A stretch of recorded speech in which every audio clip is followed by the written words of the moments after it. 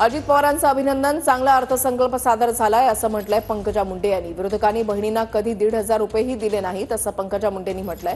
लाडक्या बहिणींसाठी भविष्यातही विचार करू असं पंकजा मुंडेंनी म्हटलेलं आहे।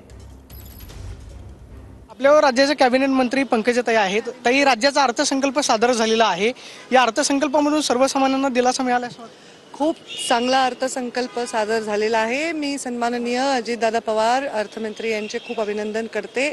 याच्यामध्ये शेतकऱ्यांसाठी, याच्यामध्ये वेगवेगळ्या योजनांसाठी, इन्फ्रास्ट्रक्चर डेव्हलपमेंटसाठी, रोजगार निर्मितीसाठी, महिलांसाठी खूप चांगला बजेट मांडलेलं आहे आणि अशा परिस्थितीमध्ये सुद्धा फार कमी तूट असणारं बजेट मांडलेलं आहे, ज्याच्यामध्ये त्यांना यश आलेलं आहे। मी त्यांचा बहीण योजनेचा 2100 रुपये मिळणार अशा पद्धतीची विरोधकांकडून टीका झाली, मात्र त्याचा निर्णय जो आहे तो राज्य सरकारला घेता आला। विरोधकांनी टीका केली, त्यांनी 1500 पण कधी दिले नाही या बहिणींना, ते आम्हीच दिलेले आहेत आणि आम्ही बहिणींच्या संदर्भामध्ये भविष्यामध्ये सुद्धा योग्य तो विचार करू।